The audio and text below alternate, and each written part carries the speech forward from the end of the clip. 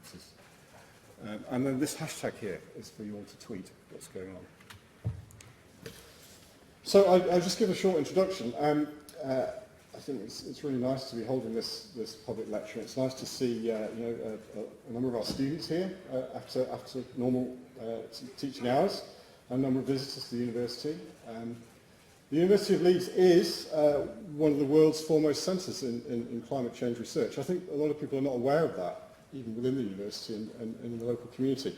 We, in the current Shanghai rankings of research institutions worldwide, we're number 7 in the world.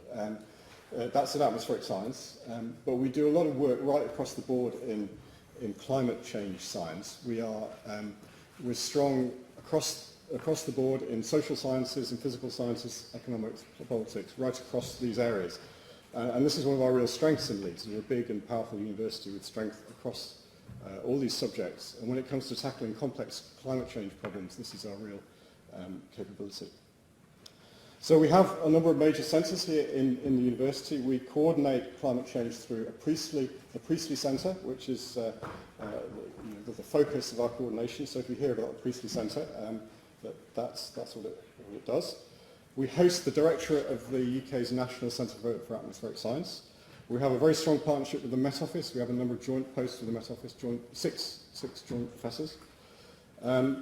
And more closely in relation to today's subject, we do a lot of work on development and climate change, so the developing world. In the government's flagship Global Challenge Research Fund programme recently, over recent years, we have been the largest, we've had the greatest number of projects funded in Leeds than any university in the UK. And we have 93 projects working in Africa under this fund. And those, as I said before, those go right across the academic and intellectual spectrum. So I hope, forgive me for just blowing our own trumpet there briefly, but I hope that our students here are aware and inspired by the power of the work that's done in Leeds, and all, equally guests and visitors here from our community are aware of the position of Leeds in this field. So tonight I'm very pleased to introduce Ben Lamptey to be our speaker. So the programme today is that Ben will be giving his talk for the first hour, with a little bit of time for questions specifically related to the talk. But then after that we'll have our distinguished panel, and we'll have a panel discussion taking us through until about 8:30, after which we'll have the drinks reception.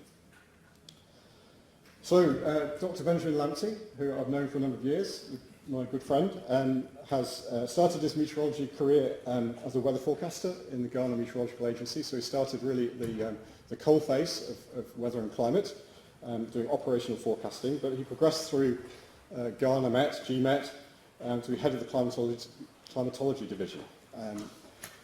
He subsequently did a PhD in the USA at Penn State, and then a postdoctoral work at the National Centre for Atmospheric Research in Colorado, in the States. From there, he went back to Ghana and was acting dean of the graduate school at the Regional Maritime University in Accra. From there, he went to the African Centre for Meteorological Applications for Development, ACMAD, which is the Pan-African Centre for Weather and Climate Research. It's in Niamey in Niger. So all 51 countries of Africa contribute to ACMAD, and it coordinates and delivers research in climate. So he was acting director of ACMAD until 31st of December 2018. And then from there, we were very pleased when the opportunity came for him to apply for a Cheney Fellowship here in Leeds. So that's the position that Ben now holds. So he's a Cheney Fellow and a visiting professor here. And he's working with us here on a number of programs related to weather prediction, but also related to food security and related issues concerning climate. He's an author, one of the authors of one of the IPCC chapters, so chapter 10, which is about linking global to regional scale, so taking global climate projections and linking them to regional scale impacts. And I think that's, it says here that Ben's current passion is the transition from research into operations, and I guess that goes right back to Ben's background as a weather forecaster at the start of his career. So that's plenty from me. So without more from me, I'll hand you over to Ben Lamptey, and I'll put your talk on there.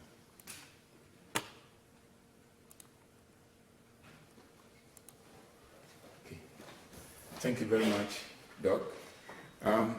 Okay, so the topic today is from extreme weather to climate change. And I'm very sure that many people here know about climate change, or at least have heard about climate change.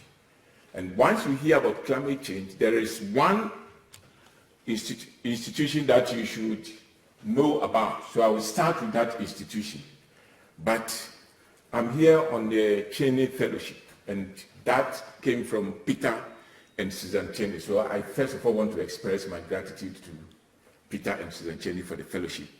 And secondly, the material I'm presenting is not all my work, it's people's work they've done. So I got the material from different sources, so I'm also grateful to all the sources and the people from whom I got material. So now the institution, when you say climate change, I think that, I don't know how many people have heard IPCC. Oh, okay, so I can ask questions. Okay, so I put that up because I wasn't sure of the background of the people, but IPCC has to do with climate change.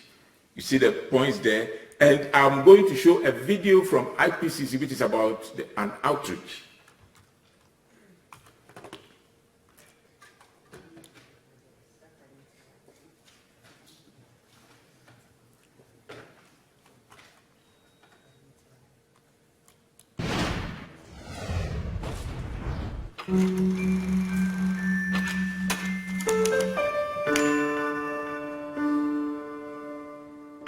One of the first times that we went to church in Texas, I met a couple and we were introducing ourselves.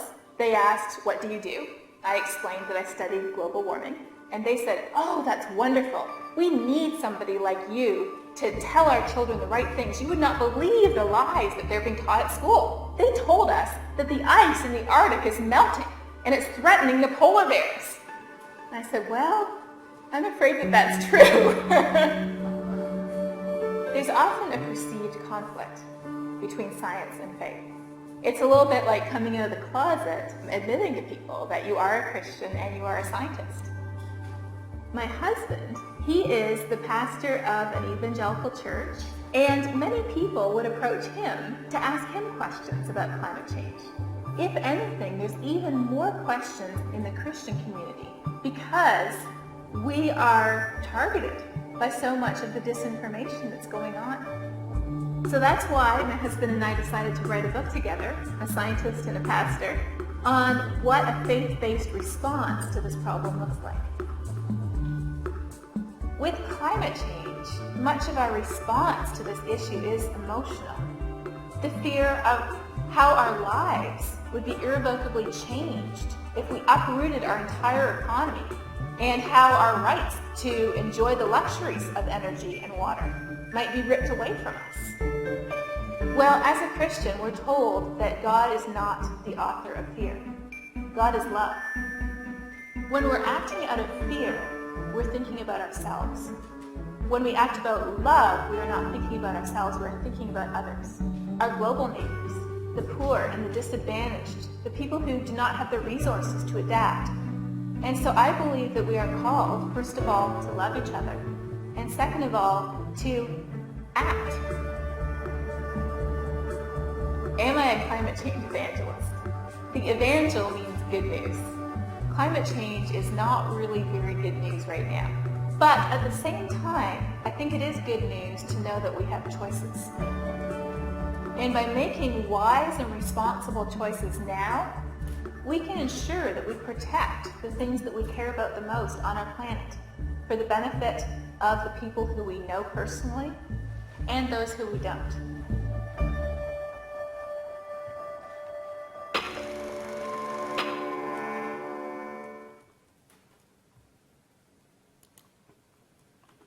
Okay, so she said something. She said climate change is not good news right now, but the good news is that we can do something about it. We have alternatives. That's what I want to pick. That's where I want to pick it from. So there are some facts.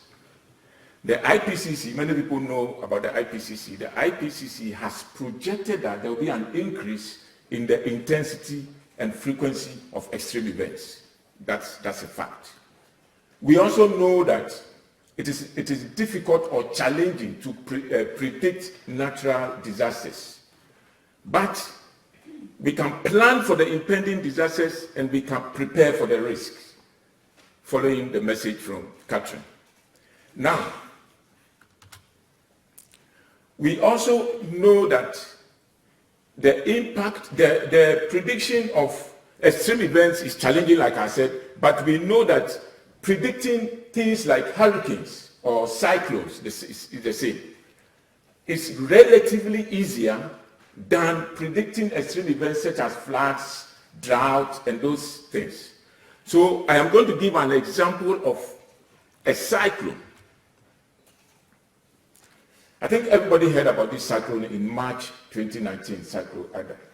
The message here is that despite the fact that it is relatively easy to predict these hurricanes, when they do occur, the impact, the effect of the hurricane is so much devastating that we wonder if they are saying that there's going to be an increase in the frequency and the intensity of these things, then how are we getting ready? What are we doing? What preparation are we putting in place so that when this time comes, we can predict this early enough? And if we can predict this early enough and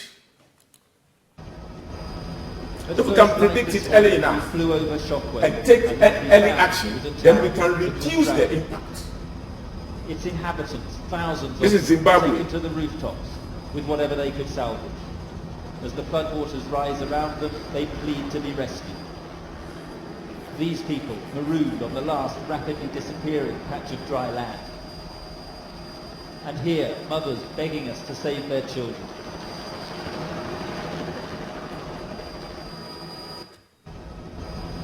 At first light this morning, we flew over Shockwave, and what we found was a... I think we get the idea. Now, let's do some meteorology. The map you are seeing there, I want you to just focus on the yellow area. It's showing the track of the probability of where the hurricane will move. So we're showing the track. This is the past track, and this is where it's going to move. And this is from 13th. I mean, it's about 5 days continuous. These are models. And the three different models were all able to agree. The colors you see here, it's 1, 2, 3. I mean, when you see red, it means 3 models are agreeing. The blue means 1. And we can see that, and this went on for more than 5 days. Let me go back to the... It started on the 13th. And the take-home message from this is that the models were able to get it right from 13th until 21st. The models were agreeing. So that is the point I'm making, that in terms of hurricanes, it is relatively easier to predict it than things like flood, drought, and those kind of things. Now, but look at the impact. Look at these just 3 countries, Mozambique, Malawi, and Zimbabwe. And look at the impact there. So many people died.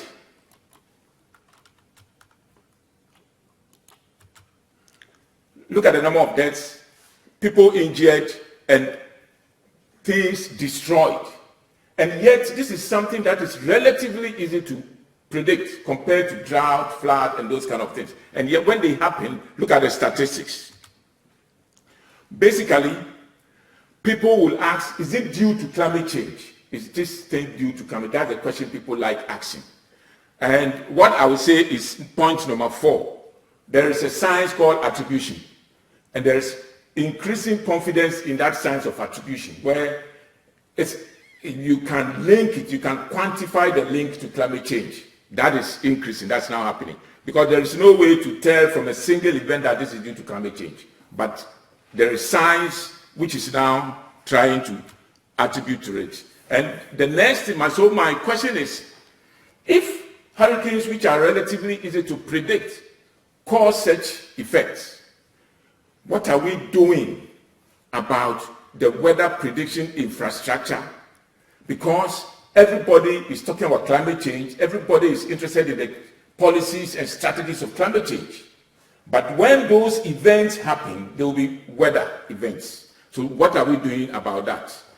A few years ago, I think even when I was in school, we used to talk about 2020, and I have put, those who are interested, there are some papers there you can look at, where the analysis they were doing, they were referring to 2020. And some of us were thinking 2020 will never come. But if I can ask you, how many months do we have to start the year 2020? And still, we are not ready. In terms of agriculture, is a language that everybody understands. We all like food. So if you want to improve the economic value of the output, let's take agric output. There are ways we can do it. We say that using climate information will help you to improve it. There are either you improve the forecasts, we improve the way we communicate the forecast, or the decision-making process is improved. These are three ways you can use to improve the economic output. So what do we want? We want a reliable system that will tell us about the weather, tell us about, advise policymakers about climate change as well. But there is something that we need to do. Just getting the information is not enough, because we are getting it. We need to couple the early warning with early action. This is what we want. In terms of natural disasters and meteorology, we know that these storms happen and it's referring to a particular country. But meteorology doesn't have boundaries. That is why the international community is interested in these kind of things. Secondly, when these things happen, the international community gets involved. So the reason why we take an international approach to these things is, one, even for the country to come up with its information, we need exchange of information from other countries. That's international involvement. And then the consequences will go beyond the countries. That is another one.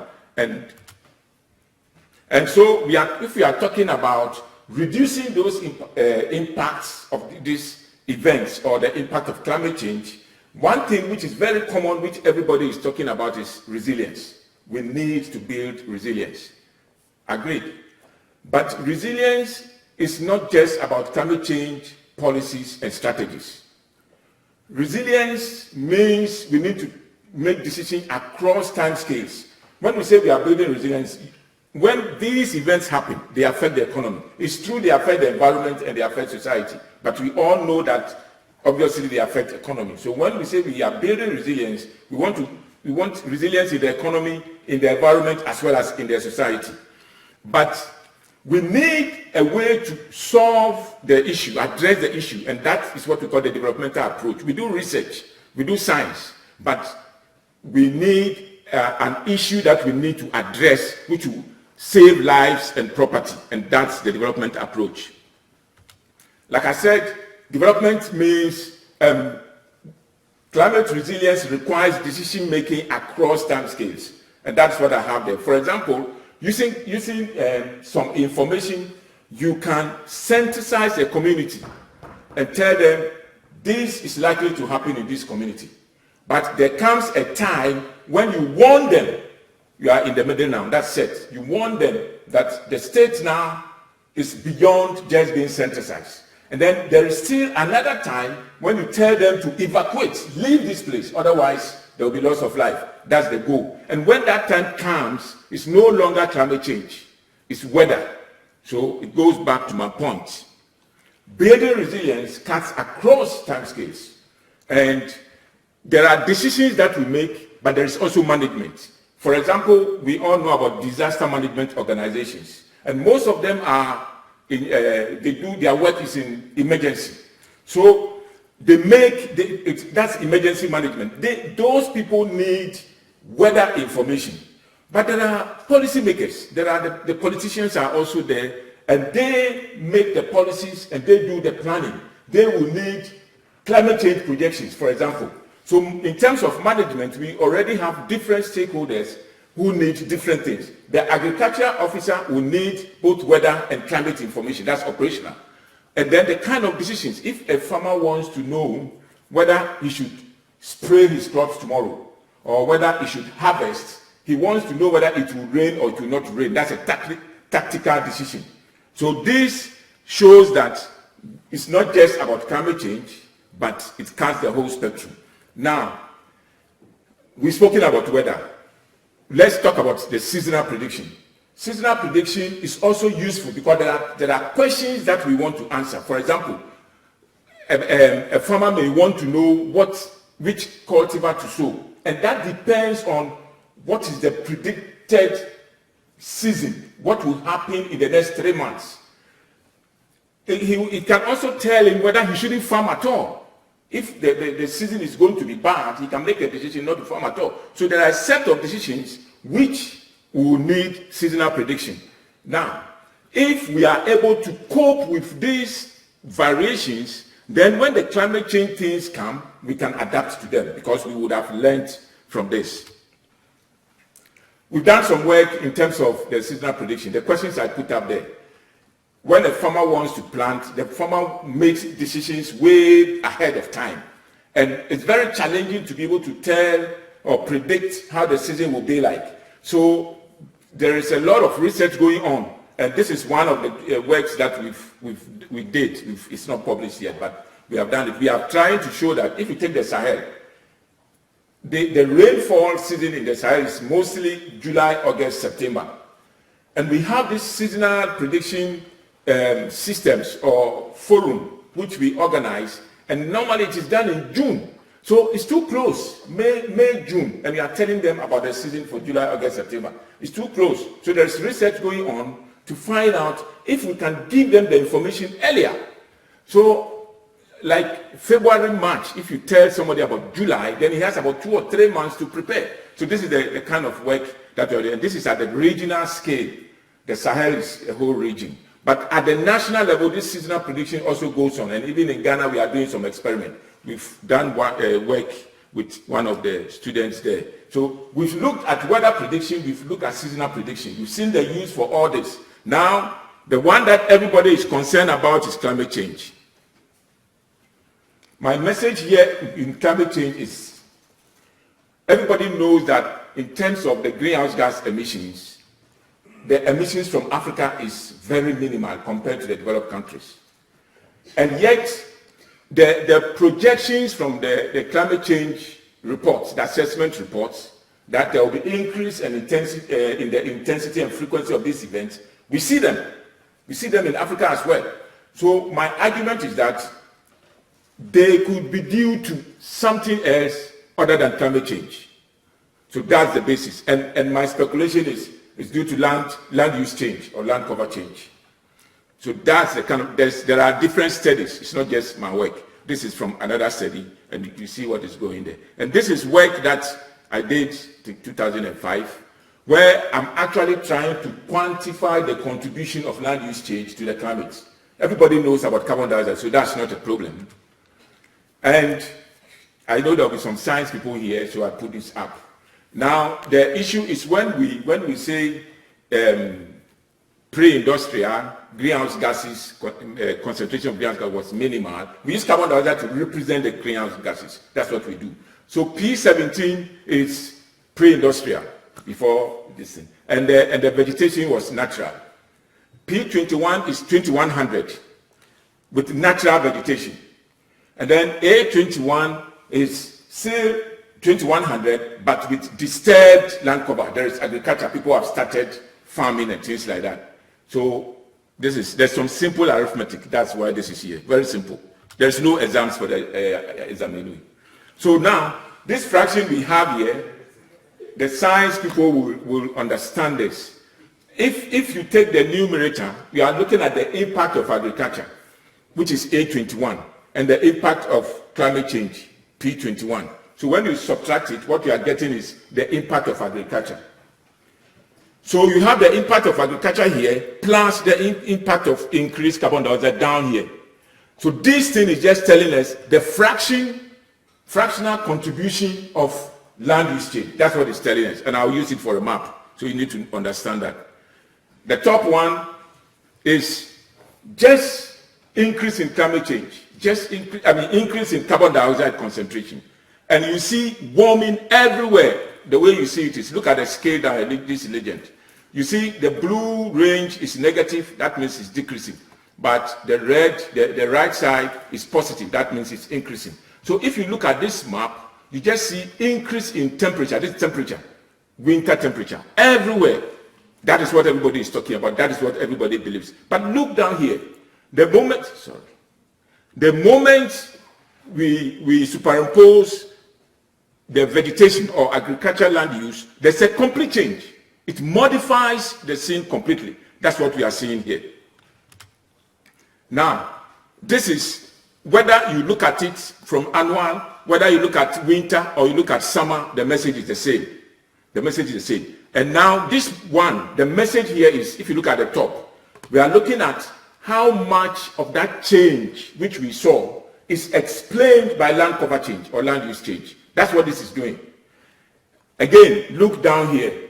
This is percentages. These numbers you see here are percentages. You see that at least land use change can go up to 40 or 50% in some areas. Even in other areas, it's in the red zone. You can see some red traces in some places. That means it even goes beyond 60%. That means that we have to be careful. Land use change can actually make a meaningful contribution. It's not just about increase in concentration of carbon dioxide. Then that was temperature. You look at rainfall. This is rainfall, and we can see the same thing. This upper figure is just about increasing the concentration of the greenhouse gases, whilst this one here is, in addition to increasing the concentration, we are also perturbing the land. Then we are changing the land use, so agriculture is there. And we see the modification, the same thing here. Now, this is the percentage calculation. What I showed you earlier on was temperature. Similar thing is happening here, and you can see there are many places which are white, but at least you can see that you can see contribution from land use change, which is up to about 50% in some places. So it's not to be overlooked.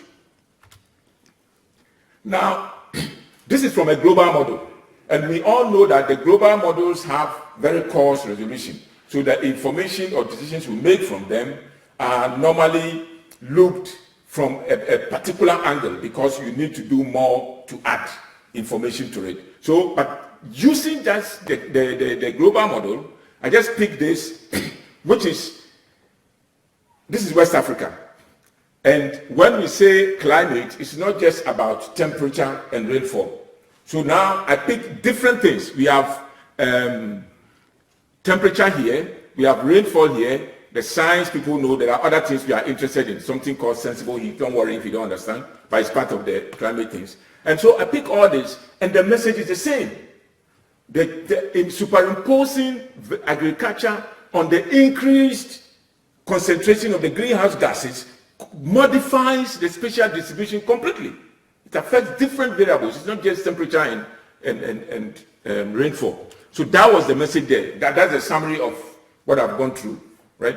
Land use change or land cover change greatly modifies the magnitude and spatial extent of the climate due to increased carbon dioxide. And secondly, when we say land cover change, there are two common things there, urbanization and agriculture. And they actually produce something which was surprising.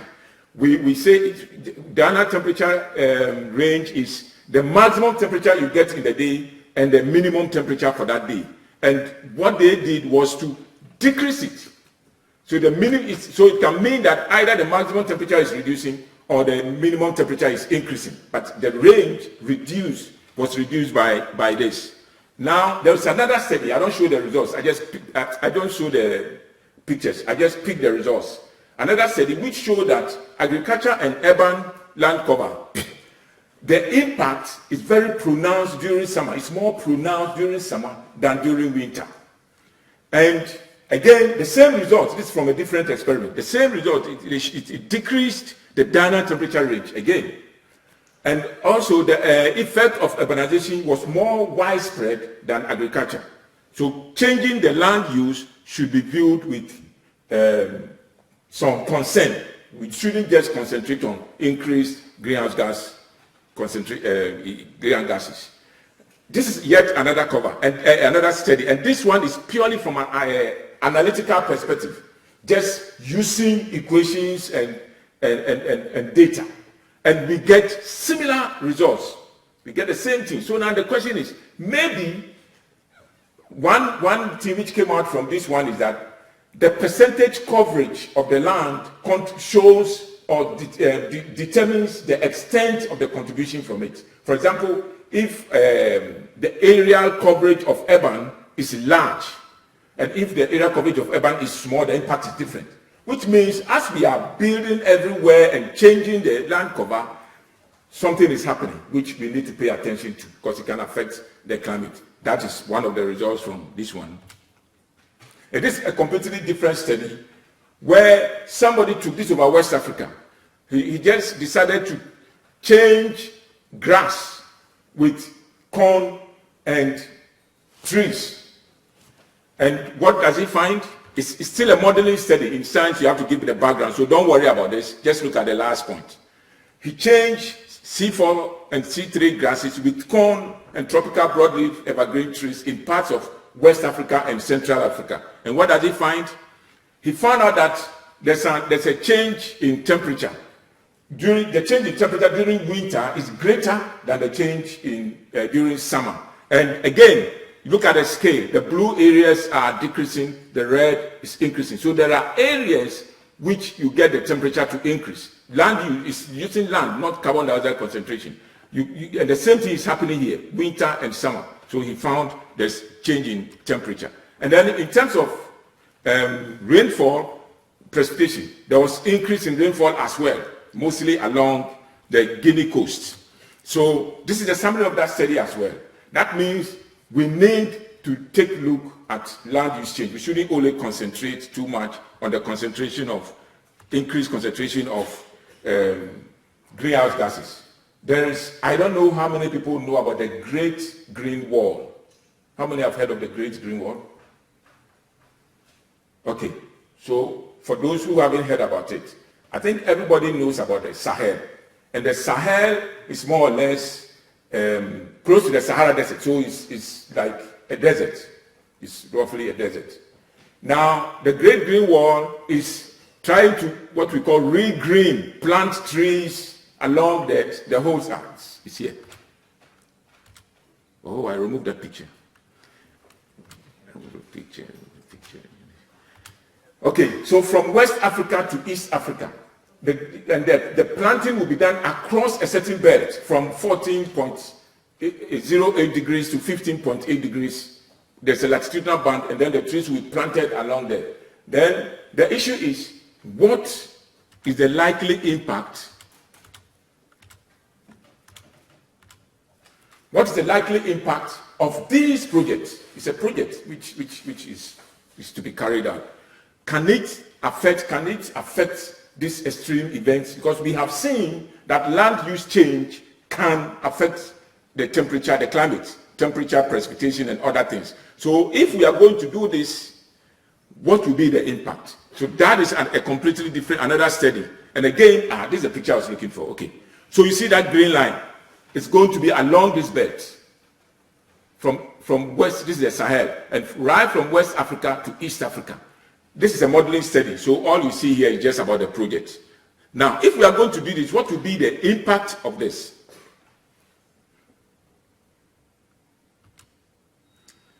This is the change. When we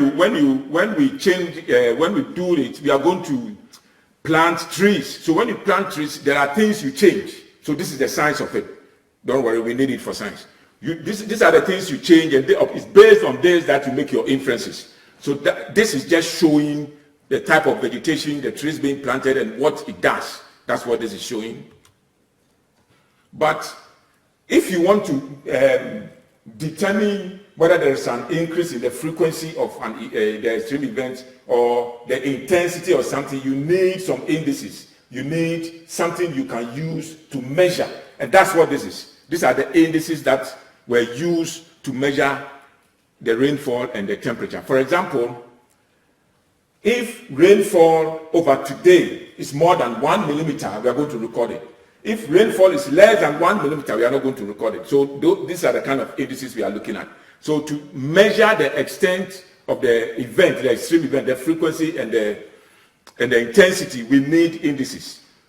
the minimum temperature, maximum temperature. These are climatic things which we do. So these are the indices which were used in this study. And what do we find? We saw that the number of rainy days increase, and even the intensity also increases. Then we have what we call consecutive dry days, and that is what is used in determining the beginning of the rainy season. You use that, and we saw that there was an impact on that as well. It's not my study, so I've given mine, but still we are getting the same message. There was an increase in the thermal amplitude, which is the diurnal temperature. Again, there was an increase, so we've seen that already, and therefore this is the summary of that study. There's an increase in the rainy days. There's an increase in frequency and intensity of the rainfall.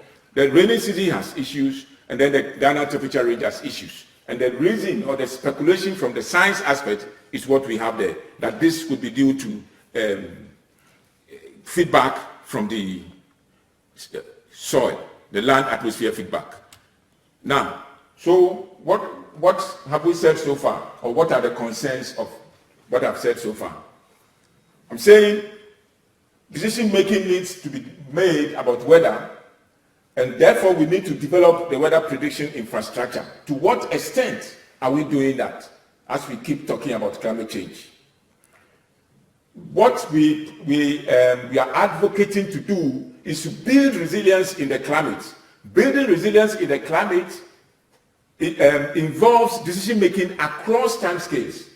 So to what extent are we paying attention to the weather time scale and developing the infrastructure there, and the seasonal time scale, and not only focusing on climate change policies and strategies? Now, when we narrow down to Africa, we know that the emissions, the greenhouse gas emissions in Africa is nothing compared to, or very minimal compared to the developed countries. But we see that the extreme events are also increasing. So should we be paying attention to the land use and land cover change in Africa in addition to the greenhouse gases? That is, if you didn't pick anything from the talk, this is what the summary of the issues at stake. Now, we started by saying that there is always international involvement when it comes to these things. And Africa, or there are, first of all, start global, there are some programs which everybody can key into or partner with African states through those ones. Some of them are UN level, but Africa also have, I want to just show 2 or 3 of them. Africa also has programs which are unique. It's pertaining to Africa. It's something that Africans want to do or have planned to do. And one of them is the African Union, what you call Agenda 2063. One of them is this one. There's a blueprint. So it is important to know that you can key it, whether you're coming from agriculture or from climate, it's a high level equipment. Now, in terms of metrology, I don't know how many people know about this integrated African strategy on metrology.